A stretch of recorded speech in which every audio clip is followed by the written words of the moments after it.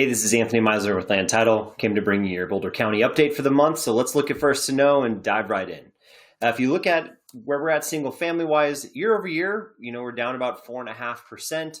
Media or the versus last month though, we bounced back just a little bit. You can see it came up back to $1 million. If you look at the median, similar situation, right? Our median bounced back up a little bit over the 800 mark to 813, but year over year, we're still down about 2.4% for our single family homes. Now, if we look at condo townhouse market, this is a really tough one to read, right? You see this where we just don't have very many sales and we have tons of luxury stuff come in and we see these really big peaks and valleys. And we've been bouncing around a lot this year. So this is a tough one to look at, but we're basically back where we were in 2023 in this month.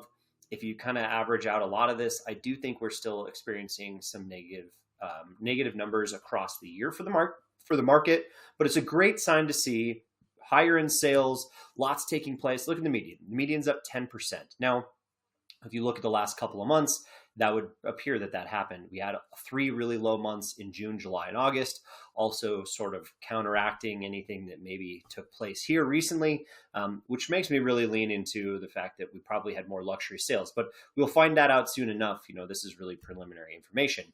The second check on a lot of this is that price per square foot, where you can see the 0.3% decrease in the single family home prices. So it's not nearly as bad as that average and median might make it look or feel, but it is still very similar to last year, right? And we've been kind of experiencing this all year. We're bouncing around, a little up, a little down with last year, but it is genuinely trending slightly lower than where we were a year ago, 0.3%. Probably pretty accurate. It's $1 a square foot less than it was last time. Now, the condo townhouse market, same thing, right?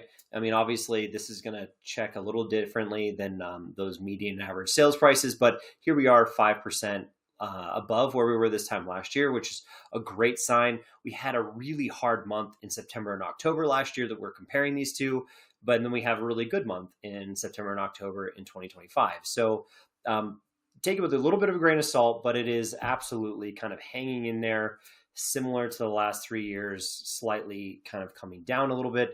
But maybe this is a good sign. Maybe the condo market's starting to recover. That would be awesome news. Now, one thing I think you can look at here is the active listings and the steady decline in how many units have been on the marketplace. Now, we're still 7% above where we were at the peak last year.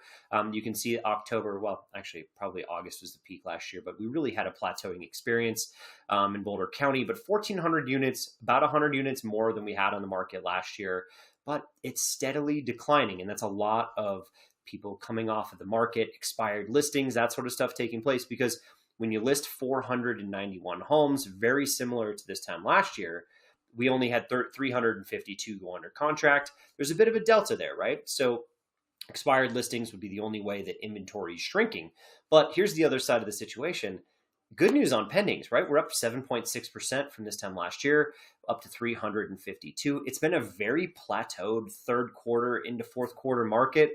It's great to see buyers continuing to participate, and that could easily be coupled with better interest rates, along with, that price stabilization you've kind of seen across Boulder County.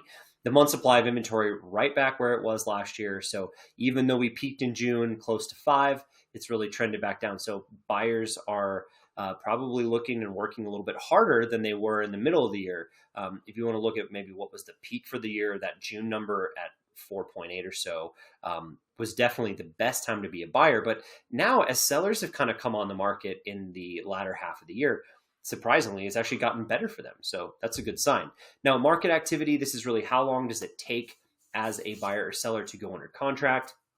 Sellers are experiencing 49 days from active to under contract time. It's actually a little bit faster than it was in September last month. Could be coupled with a lot of those things, right? If you have less inventory on the marketplace as people expire off, the people left standing actually have a better chance of selling. So they have gone under contract a couple days faster. Very similar to last year as well. But the interesting part is that percentage close price to list price. Buyers are still a little more favored than they were a year ago by 0.2%. Now, this doesn't take into account price drops. It doesn't take into account concessions numbers, which are really, really high. We're talking in the 68th percentile for that 500 to a million range. So buyers really do control the narrative in the situation, and slightly more than they did a year ago. So it is creating some of the issues we're feeling in the marketplace. Now, Why is that happening? It's happening because, with less buyers becomes less showings. And this is sort of our preliminary indicator data. So if you look at showings per listing, 4 showings per listing on average doesn't feel like a lot, but it's an easy way to set some expectations. And it's an easy thing to understand, if we're getting this amount of showing traffic, it might be all the buyers out there, right, that are actually shopping. And the only issue we're running into, which we always run into towards the latter end of the year, is that the showings to under contract start to really go up, right? They seem to hit their lowest point in the middle of the year.